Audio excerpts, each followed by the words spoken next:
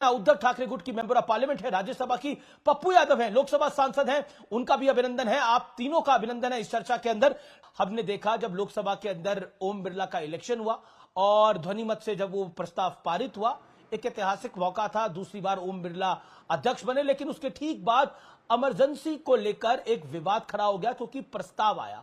क्या आपको लगता है कि 1975 में जो इमरजेंसी लगी थी उसका प्रस्ताव आया, निंदा प्रस्ताव था, क्या आपको लगता है कि वही विवाद की वजह बनी, और विवाद की वजह बनी तो क्यों बनी?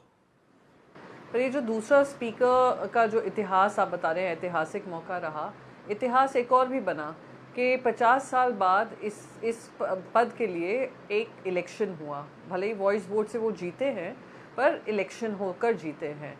दूसरी बात, हाँ, हम जानते थे हमारे पास आंकड़े नहीं हैं, पर ये ध्यान दिलाना ज़रूरी था कि अब जो भी काम होगा संविधान के दायरे में रहकर होगा। और संवैधानिक तौर तरीके हमें बताते हैं कि अगर एक सरकार अपने मनमानी करना चाहती है तो वो मनमानी हम होने नहीं देंगे। जनता की सुनवाई होना ज़रूरी है। अब रही बात इमरजेंसी को लेकर, अब आप देखिए 50 साल पहले इमरजेंसी देश में हुई। इमरजेंसी के चलते बहुत किताबें लिखी गई, बहुत रिसर्च हुआ। इंदिरा गांधी जी ने जो चुनाव रखा, वो चुनाव में हार मिली थी उनको, फिर जनता का विश्वास जीतकर फिर से प्रधानमंत्री बनी थी। और फिर कॉन्स्टिट्यूशनल चेंजेस जो लाने थे कि जहाँ पे इमरजेंसी का काल फिर से ना आ पाए, वो कॉन्स्टिट्यूशनल चेंजेस भी लाए गए। अब वो बात 50 साल पहले हो गई। अब हम 50 साल आगे आए। आज भारतीय जनता पार्टी को 2 टर्म का बहुमत क्यों मिला?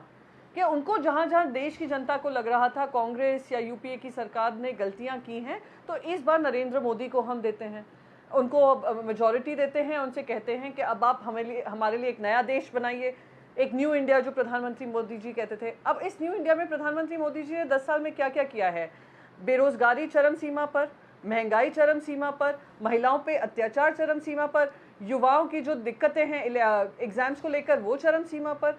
तो एक एजुकेशन इमरजेंसी जो लगाई है उस पर तो प्रधानमंत्री चर्चा नहीं करेंगे। आज देश का, मुझे आप बताइए अमीश जी, आप भी बैठे हैं, मैं भी बैठी हूँ, 18 साल का युवा जो ग्रेजुएशन मेडिकल डिग्री करना चाहता है, वो उम्मीद करेगा कि संसद में चर्चा वो नीट एग्जाम्स को लेकर हो या 50 साल पहले जो आपातकाल की सिचुएशन थी उसको लेकर हो। आज 21 साल का युवा जो बेरोजगार बैठा है, वो क्या उम्मीद कर रहा होगा देश के संसद से कि आप बात करेंगे कि देश में बेरोजगारी क्यों है, या 50 साल पहले क्या हुआ था इतिहास में? एक मिनट में सुधांशु त्रिवेदी भी मेरे साथ जुड़े कहेगी कि हमारी सुरक्षा की आप बात करिए, या 50 साल पहले क्या हुआ था उसकी बात करिए। या देश की जनता ये कहेगी कि जो आप एजेंसीज का दुरुपयोग कर रहे हैं, जो आप मीडिया को कंट्रोल कर रहे हैं, जो आप फंडामेंटल राइट्स हैं उसको ट्रैम्पल कर रहे हैं, वो क्या अनडिक्लेयर्ड इमरजेंसी नहीं है? और ये अनडिक्लेयर्ड फंडामेंटल राइट्स कहां ट्रैम्पल हुए हैं? नहीं, फंडामेंटल राइट्स जो ट्रैम्पल हुए थे प्रियंका जी एक सेकंड, एक करेक्शन। फंडामेंटल राइट्स को तो ट्रैम्पल हुए थे जब नहीं, आप उनसे बात करिए फंडामेंटल राइट्स के बारे में जी। नहीं, जिनके घर बगैर जुडिशरी नहीं, अब किसी गुंडे बदमाश का घर टूट रहा है तो उसके लिए चिंता हमें क्यों करनी है? लेकिन फंडामेंटल राइट्स, गरीबों के घर टूट रहे हैं। अयोध्या में जो घर टूटे, जिनका परिणाम इन्होंने भुगता और समाजवादी पार्टी ने वहां से चुनाव जीता है, आप उनसे जाकर पूछिए। बनारस में नरेंद्र मोदी जी का जो विनिंग मार्जिन था 1.5 लाख पे आ गया, आप उनसे जाकर पूछिए। ये फंडामेंटल राइट्स होते हैं। मैं उन फंडामेंटल राइट्स की जी, सुधांशु त्रिवेदी मेरे साथ है। जी, सुधांशु त्रिवेदी, विपक्ष लामबंद है, लेकिन संविधान और आपातकाल की इस जंग में सदन चलाना तो सरकार का भी काम है, शासन का भी काम है। क्या आपको लगता है कि जिस तरह से आज अखिलेश यादव, राहुल गांधी, पप्पू यादव भी बैठे हैं, पप्पू यादव ने भी बोला कि क्या बात हो रही है, 50 साल पुरानी बात क्यों हो रही है? अभी प्रियंका जी भी मेंबर ऑफ पार्लियामेंट है राज्यसभा की, आप भी उस सदन के मेंबर हैं, सेकंड टाइम मेंबर हैं आप। तो प्रश्न यह है कि 50 साल पुरानी बात को याद दिलाना आवश्यक क्यों? बड़ा विचित्र तर्क है। तो 15 अगस्त 47 क्यों मनाते हैं? 15 अगस्त का ये हो गया जो होना था 77 साल पहले। अंग्रेजों ने ऐसा किया था, वैसा किया था, क्या कहने की जरूरत है? मेरे विचार से यह हास्यास्पद तर्क है। और मैं पूछना चाहता हूं, अगर यही मुद्दे थे जो प्रियंका जी कह रहे हैं, तो इन मुद्दों के बारे में चर्चा करनी चाहिए थी विपक्ष। ये संविधान की किताब क्यों लेके आए? संविधान तो 26 नवंबर 1949 को बन गया था, साइन हो गया था, 26 जनवरी 1950 को लागू हो गया था, तो फिर क्यों लेके आए? मुद्दा आप लेके आते हैं 75 साल पुराना। और जब संविधान की वास्तविक हत्या हुई यह बताया जाता है, तो वो सच आप बताने के बारे में कहते हैं कि साहब इसको बताने की क्यों आवश्यकता है? इसलिए बताने की आवश्यकता है कि जैसे प्रियंका जी की पार्टी को अपने नाम के आगे बाला साहब ठाकरे जी का नाम लगाने की जरूरत पड़ती है, यद्यपि वो आज हमारे बीच में नहीं है, तो इसलिए जो आपके पुराने कार्य हैं, अच्छे या बुरे, दोनों आपके साथ होते हैं। और हम ये बताना चाहते हैं, जो उन्होंने कहा आज अनडिक्लेयर्ड इमरजेंसी का शायद आइडिया नहीं है आप लोगों को, जितना प्रियंका जी ने बोला है ना, इतना बोलने पे इमरजेंसी में जेल और आप कभी बेल भी नहीं मांग सकती थी, खत्म। जी जी जी। एक रूल था DIR, defence of India rule, जिसके अनुसार अगर केवल इतना कह दिया जाए कि इंदिरा गांधी की सरकार हटानी है, मैं तो आप जेल चले जाएंगे। आपको इंटरप्ट कर रहा हूं, मुझे जी, मैं आपको इंटरप्ट कर रहा हूं, लेकिन विपक्ष कह रहा है कि अभी भी एजेंसियों का दुरुपयोग हो रहा है। अभी भी प्रियंका जी ने बोला ये बात, राहुल गांधी भी पहले कह चुके हैं, कई नेता कह चुके हैं, I don't want to name them, कई नेता कह चुके हैं। क्या आपको लगता है कि आप भी कुछ चीजें बुलडोज करते हैं, जो विपक्ष का आरोप है वो आपको भी अपना जो जैसा विपक्ष कह रहा है पॉलिटिकल एटीट्यूड वो छोड़ना पड़ेगा, बुलडोज वाला, माई वे और हाईवे? हाँ, वो बात सही है। ये जो प्रियंका जी ने कहा, तो इनकी पार्टी की जब सरकार थी तो बुलडोजर चला था कंगना रनावत के उसके ऊपर, और फिर इनकी पार्टी के मुखपत्र सामना में लिखा था उखाड़ दिया। मतलब अब कोई किंतु परंतु नहीं रह गया था कि वो पॉलिटिकल निर्णय था, एडमिनिस्ट्रेटिव नहीं था। फिर इसीलिए कोर्ट में फटकार पड़ी थी कि आपने कहा एडमिनिस्ट्रेटिव डिसीजन, पर सामना में लिखा था उखाड़ दिया, और एक पत्रकार को भी उठा के बंद कर दिया था, जिसपे सुप्रीम कोर्ट ने कहा था कि अगर आपको कोई चैनल अच्छा नहीं लगता है और किसी पत्रकार की बात नहीं अच्छी लगती है तो कृपया आप चैनल बदल सकते हैं। तो जो इन्होंने कहा, इसीलिए तो मैंने कहा ना, इन लोगों के राज्य में होता है। तो आज की बात बताइए, सिर्फ 2 साल पुरानी बात, हमारे रिजीम में तो पूरी स्वतंत्रता है। बताइए, जिन्होंने कहा था मोदी जी की बोटी बोटी काट डालूंगा, वो आज संसद में है कि नहीं? फिर जलवाए जलाल के साथ इमरान मसूद की आप बात कर रहे हैं। इमरान मसूद कांग्रेस पार्टी से सांसद है, सहारनपुर से जीत कर आए हैं, जिन्होंने बोटी बोटी मोदी की काटने की बात कही थी, वो जीत के आए हैं, लेकिन वो 2014 में कही थी, अब 2024 आ गया है। तो प्रियंका नहीं, अंतर यह है कि वो 14 में समाजवादी पार्टी के सदस्य थे, राहुल गांधी जी उनको सम्मान पूर्वक अपनी पार्टी में लाके सांसद बना दिए। जी, प्रियंका चतुर्वेदी, आपका रिस्पांस जरूरी है, और प्रश्न यह है कि क्या आपको लगता है कि कुछ चीजें जिन चीजों की बात डॉक्टर सुधांशु त्रिवेदी ने बोली वो भी वैलिड है, क्योंकि विपक्ष बार बार ये मुद्दा उठा रहा है कि लोकतंत्र खतरे में है, तो बीजेपी अपनी तरफ से अब याद दिला रही है कि लोकतंत्र कब खतरे में आया था। तो ये तो पॉलिटिकल गेम है, लेकिन आपसे भी मेरा प्रश्न वही है जो डॉक्टर त्रिवेदी से था कि इमरजेंसी और लोक संविधान की इस लड़ाई में क्या सदन चल पाएगा? आप लोगों को ये दिक्कत होती है जब अमीरों के अवैध काम जो होते हैं, अमीरों के घर तोड़ दिए जाते हैं, घर नहीं ऑफिस तोड़ा गया था और उनका कंपाउंड वॉल तोड़ा गया था, जो उनको 3-4 नोटिसेस मिल चुके थे तब टूटा गया था। जो गरीबों के घर आपको टूटे, बनारस हो या अयोध्या हो, वो आपको नहीं दिखा। तभी तो आज नरेंद्र मोदी जी की हालत ये है कि 1.5 लाख के मार्जिन से ही जीत पाए हैं बनारस में, और अयोध्या हार गए हैं, और आने वाले समय में असेंबली चुनाव में भी आपको समझ में आ जाएगा। पर जनता ने सबक सिखाया है, जनता ने सबक सीखा है, सरकारों ने सबक सीखा है। और ये बात और फिर लास्ट कंपैरिजन जो कर रहे थे इंडिपेंडेंस डे से और रिपब्लिक डे से, आपको इस पे कुछ तो शर्मनाक महसूस होना चाहिए कि 200 साल की लड़ाई लड़कर हमने ब्रिटिशर्स से हमने लड़ाई लड़ी और उनको धक्के मारकर निकाला, और उसको हम सेलिब्रेट करते हैं। रिपब्लिक डे को हम सेलिब्रेट करते हैं कि हमने एक कॉन्स्टिट्यूशन दिया जो फॉरवर्ड थिंकिंग कॉन्स्टिट्यूशन था। सेलिब्रेशन होता है। ये रिमाइंडर ऑफ जो आप करने की कोशिश कर रहे हैं इमरजेंसी डेज, उसका निवारण 50 साल पहले हो चुका है। प्रजातंत्र ने ही किया है और देश के संविधान ने ही किया है। यही अंतर है आप में और हम में। ओके, सुधांशु जी। देखिए, संगत का असर कितना होता है। प्रियंका जी शिवसेना की सांसद है और मुंह से क्या निकला? 200 साल की गुलामी का संघर्ष। शिवसेना जिस छत्रपति शिवाजी महाराज के नाम पे बनाई गई थी, वो संघर्ष गुलामी का संघर्ष नहीं था, सिर्फ अंग्रेजों से गुलामी का संघर्ष था। ये गुलामी की मानसिकता जिस संगत में जाके आप बैठे, उस संगत का प्रभाव आ गया। जब हमारे साथ थे तो हम कहते थे शिवाजी का संघर्ष, गुरु गोविंद सिंह का संघर्ष और महाराणा प्रताप का संघर्ष सब आजादी का संघर्ष था। 800 साल की गुलामी थी, 200 साल की नहीं थी।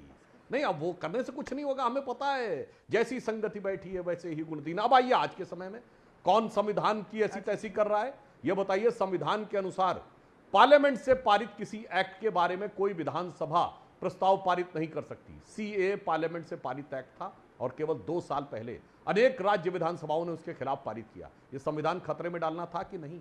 और सीए किससे जुड़ा हुआ था? नागरिकता से जुड़ा। नागरिकता का विषय राज्य का विषय है ही नहीं, टोटली सेंटर का विषय है।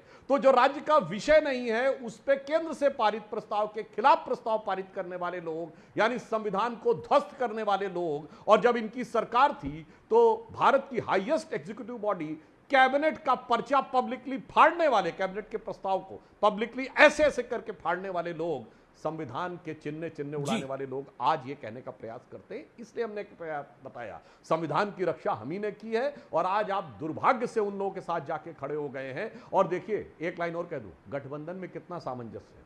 पप्पू यादव जी हमारे साथ बैठे हैं, इनको टिकट क्यों नहीं मिलने दिया? आरजेडी ने सिर्फ इसलिए कि पप्पू यादव जी को टिकट ना मिले तो वो सीट अपने पास रख ली, और कांग्रेस ने सरेंडर कर दिया और वो निर्दलीय लड़के जीत के आ गए। अब आप सोचिए कि पप्पू यादव जी की उपस्थिति अपने आप में दर्शाती है कि वास्तविकता में इस इंडी गठबंधन में एक दूसरे के बारे में कैसा घात प्रतिघात और शह और मात का खेल करने में लगे हैं कि एक मजबूत नेता दिख जाए तो उसे जी सुधांशु जी ये अपने आप में प्रमाण है। नहीं तो पूछ लीजिए, आज उनके आगे निर्दलीय सांसद की बजाय पप्पू यादव जी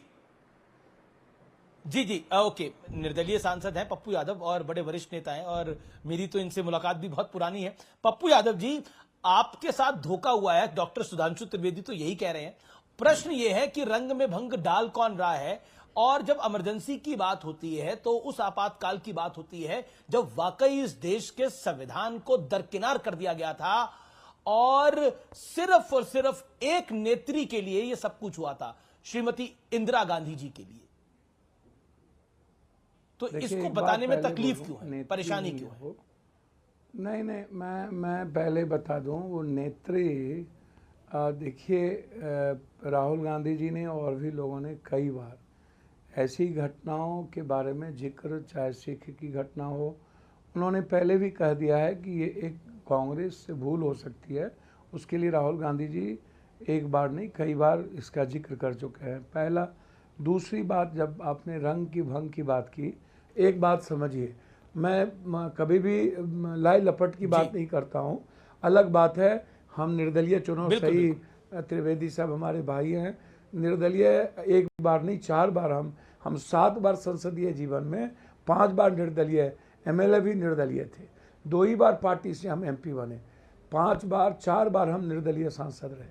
ये ट्रस्ट, ये भरोसा, ये विश्वास, एक उम्मीद बेटे की तरह बिहार और पूर्णिया को हमसे है। लेकिन मुद्दा यहाँ नहीं है, मुद्दा यहाँ है कि एक व्यक्ति, आप याद कीजिए मनमोहन सिंह जी की दूसरी पारी, जिन्होंने प्रधानमंत्री की कुर्सी छोड़कर लगातार आज के युग में 5-10 किलोमीटर लोगों को चलना मुश्किल होता है, उसने एक आवाज़ बना देश का। मणिपुर से लेकर, हम मणिपुर की डेमोक्रेसी की बात करेंगे, हम बात करेंगे कर्नाटक में चुनी हुई सरकार की, हम बात करेंगे मध्य प्रदेश। देखिए, फिर संबित भाई बोलेंगे कि आगे क्या हुआ, आगे ने कांग्रेस ने किया। ठीक है, परंपरा क्या बनी रहनी चाहिए। सुधांशु भाई, एक नए इतिहास में पार्लियामेंट बन गए लोकसभा में, लेकिन ये सुधांशु त्रिवेदी हैं जी। आप जी नहीं ना, सुधांशु भाई की बात, वैसे त्रिवेदी जी की बात कर रहे हैं, मेरे भाई हैं ये।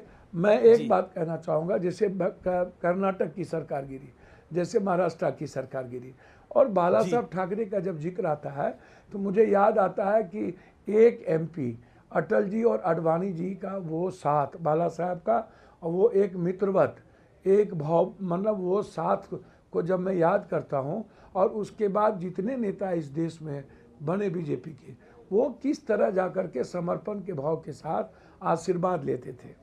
हम बाला साहब ठाकरे नहीं रहे, उसकी भी जिक्र नहीं करेंगे। हम बात करेंगे कि 5 जज ने क्या कहा था, हम उस बात की जिक्र करना चाहेंगे। सुप्रीम कोर्ट के वरिष्ठतम जज ने किस बात का जिक्र किया था। एक हम बात करेंगे जी। अरविंद केजरीवाल जी आज पर आपको क्या कारण लग रहे हैं इन्वॉल्व, चलिए मेरी बात तो सुनिए ना। एक केस में इन्वॉल्व हुए, चलिए इन्वॉल्व थे या नहीं थे उसको न्यायालय को देखना है।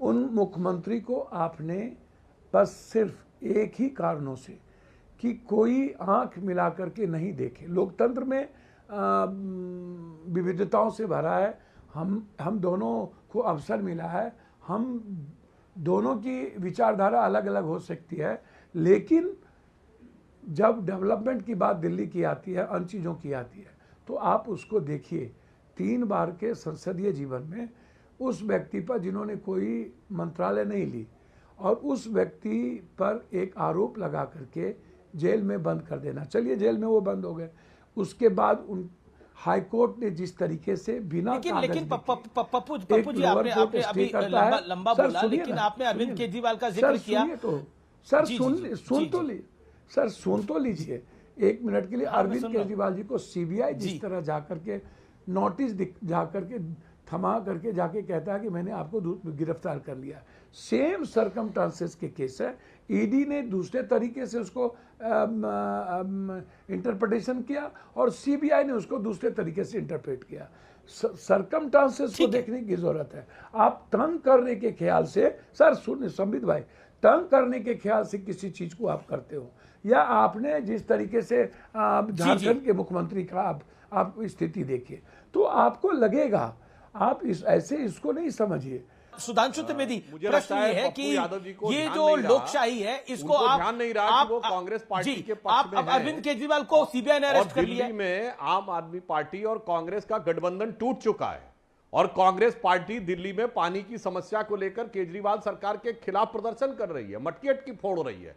अब पता नहीं आपको कैसे ध्यान आ रहा, आप कांग्रेस का पक्ष ले रहे हैं और केजरीवाल जी के फेवर में ले रहे हैं। और जिस शराब घोटाले को लेकर वो चार्जशीटों के अंदर हैं, कांग्रेस के एक नहीं दर्जनों बयान हैं, बाकायदा अजय माकन जी की प्रेस कॉन्फ्रेंस है कि केजरीवाल जी ने शराब घोटाला किया है और उन्हें अंदर होना चाहिए। और मैं यह भी बताना चाहता हूं, स्पीकर के मुद्दे पर वाईएसआर कांग्रेस ने कह दिया कि वो इनके हमारे सहयोगी के साथ है। आम आदमी पार्टी से गठबंधन टूट चुका है और तृणमूल कांग्रेस ने कहा हमसे कंसल्ट नहीं किया गया, पवार साहब ने कहा उन्हें जानकारी नहीं है। और यहां पर इमरजेंसी के मुद्दे पे ये 3 पार्टियां, समाजवादी पार्टी, तृणमूल कांग्रेस और डीएमके कांग्रेस के साथ नहीं थी। ये तो आंखों के सामने सदन का दृश्य, आपको ध्यान नहीं है क्या महोदय? इसलिए मैं कह रहा हूं सदन के दृश्य को देखिए और अपनी पार्टी के टूटे हुए गठबंधन को देखिए, उसके उपरांत प्रतिक्रिया दीजिए। जी प्रियंका चतुर्वेदी, ये इंडिया अलायंस में कंफ्यूजन कैसे हो गया? क्योंकि आम आदमी पार्टी भी कांग्रेस के साथ अलायंस तोड़ चुकी है। क्या आपको लगता है इंडिया अलायंस में भी स्पीकर को लेकर एक मत नहीं था, खटपट थी कुछ जो सार्वजनिक मंच पे आई? नहीं, सबसे पहले तो मैं 2-3 चीज़ें कहना चाहूँगी और प्लीज़ मुझे थोड़ा समय दीजिएगा। सबसे पहले तो मैं ये कहूँ कि सुधांशु जी को आजकल दिक्कत ये होती है कि इंडिया अलायंस में क्या चल रहा है। क्या अभी तक आपके इनके वक्तव्य में आपने सुना कि सुप्रीम कोर्ट ने जो बात कही थी महाराष्ट्र को लेकर, इसका वक्तव्य इनसे सुना है? नहीं सुना होगा। क्या आपने अभी तक उनसे महंगाई के ऊपर कुछ सुना है? नहीं सुना होगा। क्या आपने इनके पेपर लीक के बारे में इनसे बात करते हुए सुना है? नहीं सुना होगा। क्या आपने बेरोजगारी के बारे में सुना? नहीं सुना होगा। ये बार बार दूसरों के बारे में बात कर कर कि इंडिया अलायंस के साथ कौन है, कौन नहीं है, असमंजस है, मंजस है, असमानता है, नहीं है, प्लीज़ आप हमारी टेंशन मत लीजिए। बात रही क्या उन्होंने अभिषेक जी ने आकर कहा, अभिषेक जी ने बाकायदा एक स्टेटमेंट किया। शाम को आपने देखा नहीं था जब एलओपी का डिक्लेरेशन हुआ था राहुल गांधी जी का, उसमें बाकायदा डेरेक ओब्रायन जी और कल्याण बैनर्जी थे साथ में। अब रही बात, आप बार बार हर चैनल पे आकर मैंने जो डिबेट अब तक की है सुधांशु जी के साथ, बार बार कह रहे हैं आम आदमी पार्टी और कांग्रेस का वो टूट गया, गठबंधन टूट गया। पर इंडिया अलायंस तो है, एक पार्टी का अलायंस नहीं है, मल्टीपल पार्टीज का अलायंस है, मल्टीपल स्टेट्स का अलायंस है। आप कहेंगे अरे कांग्रेस शिवसेना ने डीएमके के बारे में, शिवसेना का अलायंस कांग्रेस, लेकिन आम आदमी पार्टी के साथ तो कांग्रेस का अलायंस टूट गया। मत लगाए, पर एक मिनट, मुझे तो टूट गया। इंडिया अलायंस में तो वो एक इंपॉर्टेंट मेंबर है। टीएमसी वेस्ट बंगाल में कांग्रेस के साथ नहीं लड़ी, पर क्या वो इंडिया अलायंस का हिस्सा नहीं है? बिल्कुल है। अब बार बार ये उल्टा सीधा बयानबाजी करना। एक मिनट, लास्ट चीज मैं कहूंगी, बार बार याद दिलाते हैं अरे बाला साहेब जी की शिवसेना, बाला साहेब जी की शिवसेना। अरे बाला साहेब जी की शिवसेना को 25 साल आपके साथ खड़े रहे हैं।